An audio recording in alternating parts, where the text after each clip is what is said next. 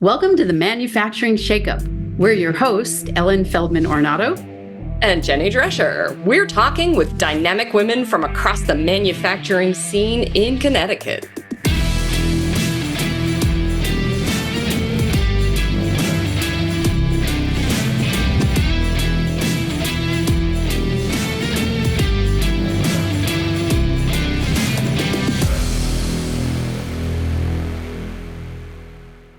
Hey there, listener land. When you walk into your space in the morning, your workplace, do you get a really great feeling like, yeah, this place feels awesome. It's high tech, it's warm, it's comfortable, it's an environment I want to be in? Or do you go, oh my God, it's 1965 in here. What am I doing in this space? Well, friends, we have a very special guest with us today.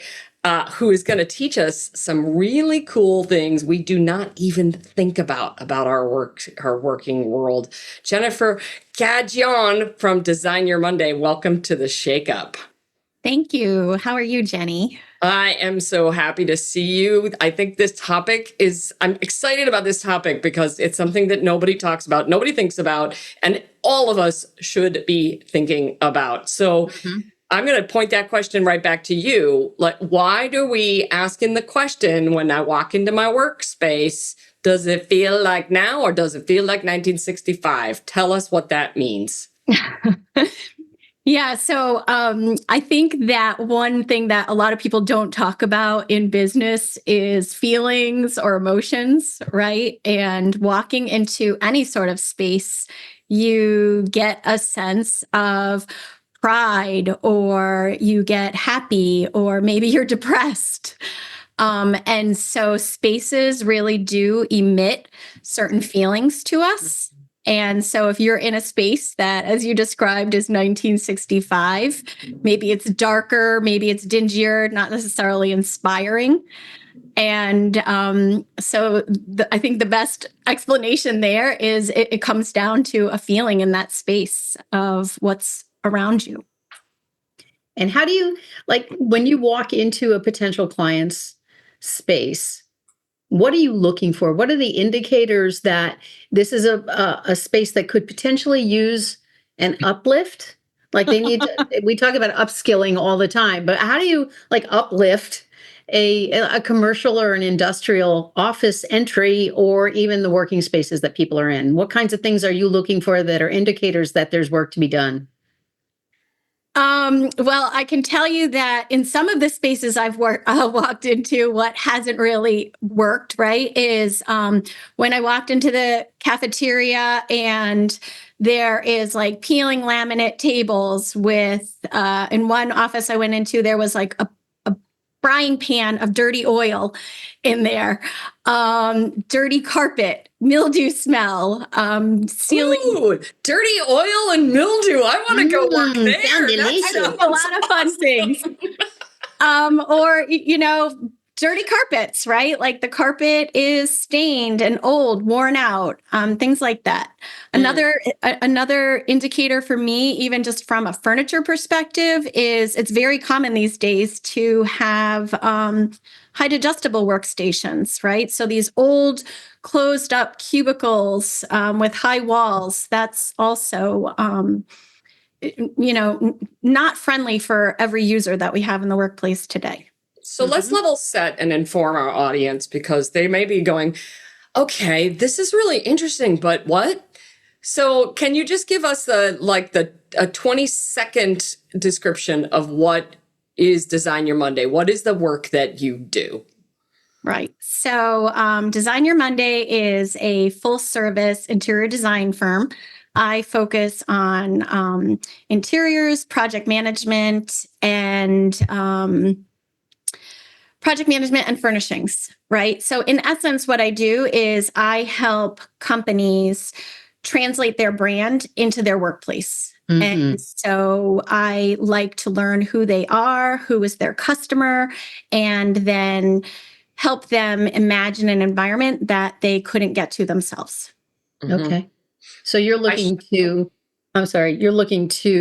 help them modernize potentially and create a space where if a vendor or a potential client came in, they would not I mean, part of, for me, when this whole conversation about interior design is, what do I want people to not notice? Like, what are the things that you need to take out of the environment sometimes as much as you want to add in, right? Like the obstacles to just having an easy entry into the place and feeling calm and comfortable there.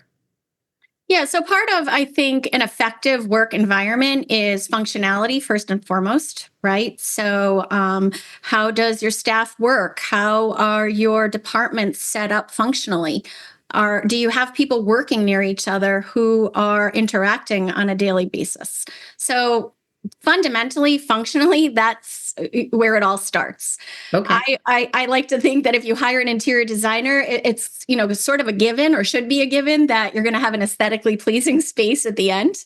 But how you get there from function to execution to installation and actual living in the space is really where the work is. So Manufacturing and interior design are not usually words that you hear in the same sentence. yeah, I know. So, can you give us insight about that? Right. So, I think we are accustomed to thinking of your line of work as something that is about an office building or a medical office or something like that. But map this to a manufacturing space for us. Sure. What is this about for manufacturers? Yeah, I think it's a number of things. Going back to functionality, for one, it could be the layout of your equipment and your machinery on the shop floor, right? It could be the cleanliness of that environment, restrooms, right? So women's and men's restrooms. Or West Wombs, if you want to say it that way.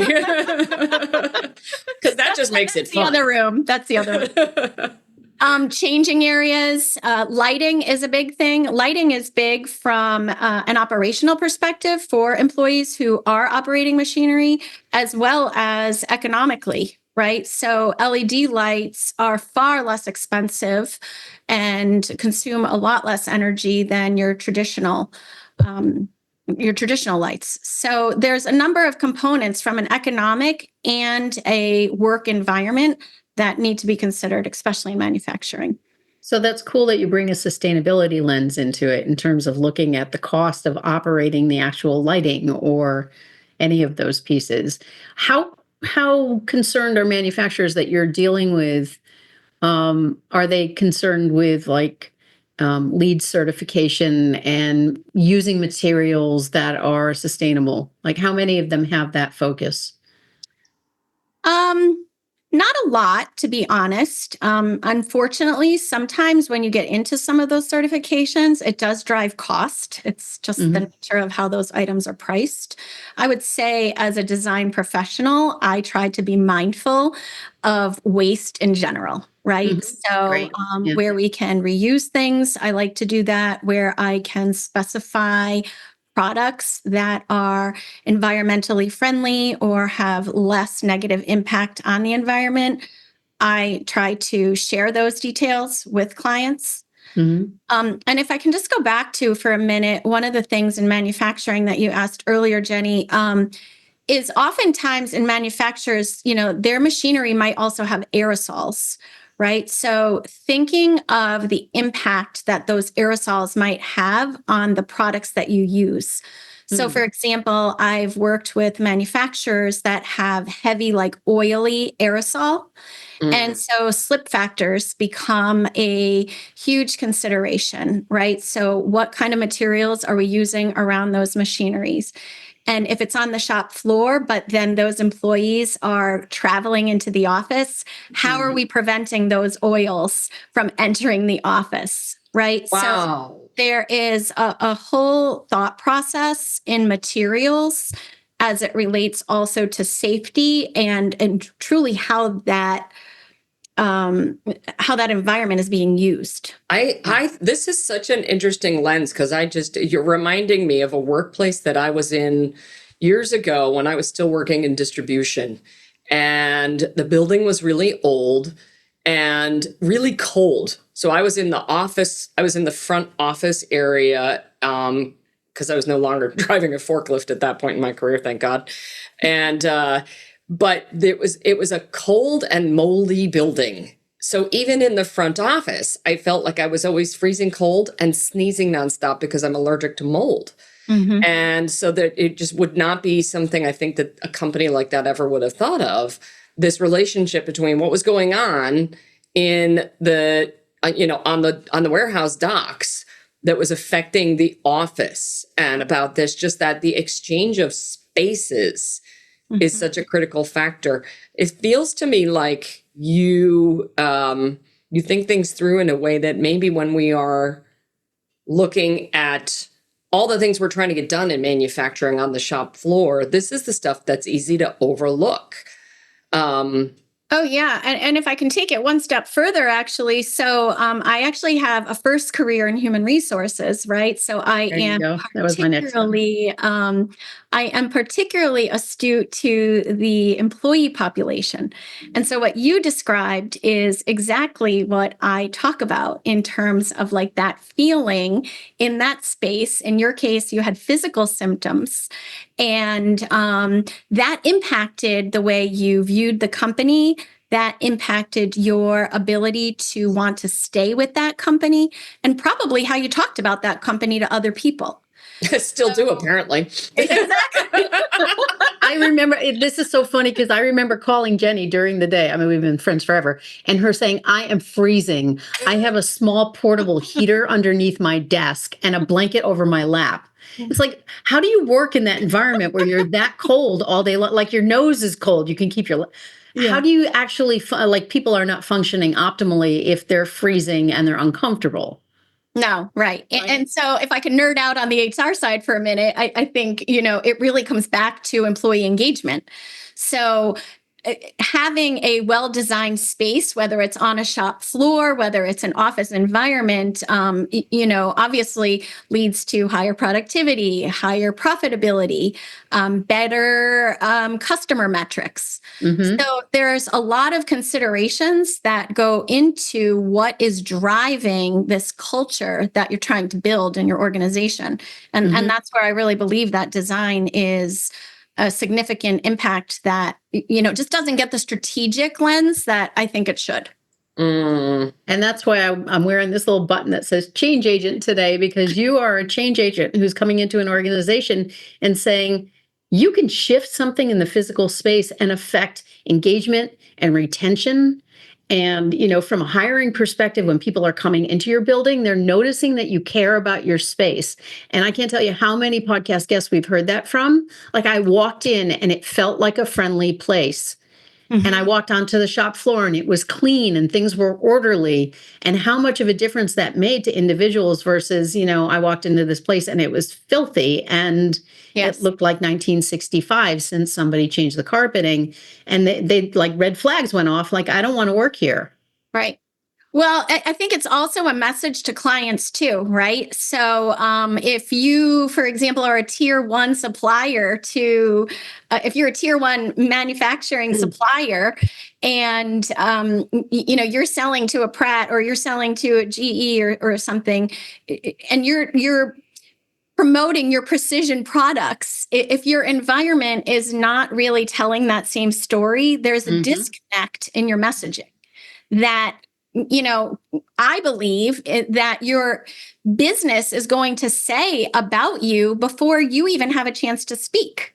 Right. I mean, we've all been into a hotel where you walk in and you're kind of like, ugh, or wow, this is nice. Right. So, I mean, we don't have to design Ritz-Carlton type manufacturing spaces by any means, but having clean, functional environment, I think is key.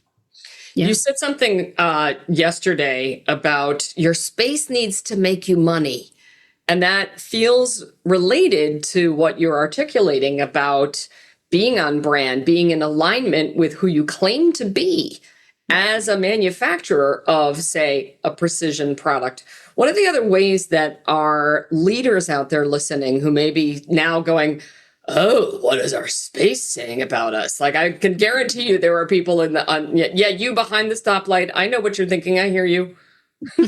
That's to the people that are driving. What does that mean that my space should make me money? Yeah. So I guess one of my core beliefs is that your real estate should work for you, right? So your real estate is probably one of your top 3 line items in your operating expenses. And so you can either pay that check or you can use that space to help you build revenue. And you do that through having an engaged workforce, Mhm. right? So a question I love to ask CEOs when I walk into, a 1950s paneled office meeting room, conference room rather, is does this space reflect the quality of your product or service? Mhm. And if they say no, then usually they get it, right? Because if that boardroom, for example, is your selling space, then you want to be selling the same quality, in that environment as the Mhm. product that you're offering them. Yeah. So, how should your space make you money? It's by helping you close those deals. It's by supporting an engaged work environment, workforce rather, and really encouraging the productivity and creativity that every organization needs to succeed. Mhm. How important is it, do you think? A lot of companies have a lot of legacy photos in their lobbies. Um, this is just a little thing, but I've often walked in and thought you could reframe those to make those look a lot nicer and still keep the history of your company intact. Yeah. Is it those kinds of small tweaks? Because that, to me, that's like a couple $100 investment to reframe those historical photos and maybe put a little plaque up that says, this is why this is relevant and how we've evolved, sort of using your lobby to tell a story. Yeah. So, before you go all HGTV on me, Ellen, I have to just say that in some cases, those frames are not just a couple $100. For And some of one. the history walls that I have done, those CEOs might want to be calling you instead of me. No. um, yes. So history is important, right? And going back to some of my original comments of translating your brand into your space. So, what is your company story, right? So, from a business perspective, I always look at it like brand, employees, place. Um, and, so who is your brand? What's the history of your brand? I would say that if I can just expand upon that, I think really showcasing your history is has an enormous impact on your customer base, on your employee population, because it really demonstrates a level of commitment to to your business. It in most cases demonstrates flexibility, right, through how many years of change and evolution. So there is a certain level of trust that comes from these, what I like to call history walls. But yes, you could absolutely do something in smaller frames and come up with an impact. I just don't want to set the wrong tone that, these history walls, they are definitely an investment. Some of the Gotcha. ones that I've done. Gotcha. Well, the I want to just pay attention to time here because we could do this all day, and we're winding down This on is so time already. fun. I would like before we close today, I would like to ask you for 3 hot tips for our small to medium sized manufacturers in Connecticut, because we know one of the richest aspects of our manufacturing landscape here is how many small family owned shops we still have here supporting our amazing economy. And so I'm sure you've been in a lot of these spaces. Can you give our listeners 3 hot tips that they could implement very easily that would help to make their space feel good and be enticing for visitors? Yep, I will stick with my first always is brand, right? So, how can you integrate your brand into your space? That can be a simple wall vinyl.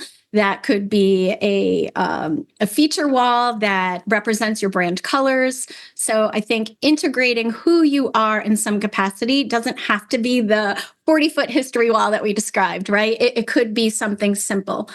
The other one I would say is probably like collaboration. So can you create these touch points where people can kind of just casually come together and brainstorm, have casual conversations? So it promotes collaboration. It promotes like cross pollination, if you will, in the environment, and lends itself to engagement, better engagement. And then the last one I would say would be cleanliness. So your space should look clean and organized. And so even if it's not the newest space, get rid of the old copiers that don't work. Get rid of the reams of paper that are sitting on your floors. So there is a way to make your space look clean and organized without a full-scale renovation. I love those. Those are fabulous. amazing tips. Thank you. Yeah. And I know our producer will go ahead and grab those and put them into the show notes for everybody. So don't worry, if you're driving, you can just check the show notes and give yourselves a mini audit.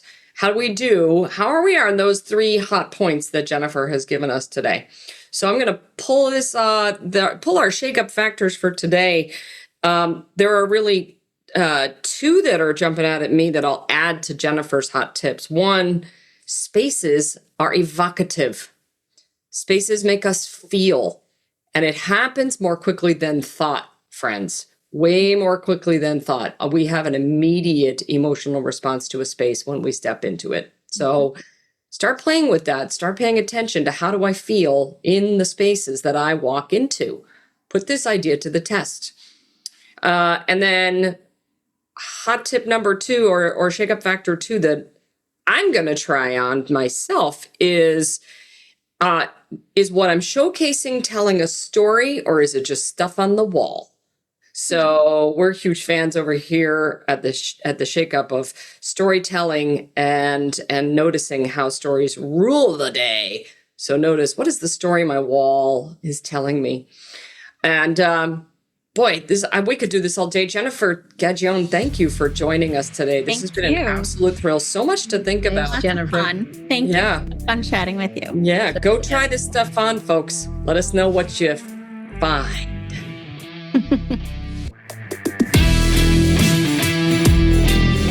The Manufacturing Shakeup is sponsored by the Connecticut Office of Manufacturing, produced by Maselli Productions and Gale Communications, and hosted by the Boulder Company.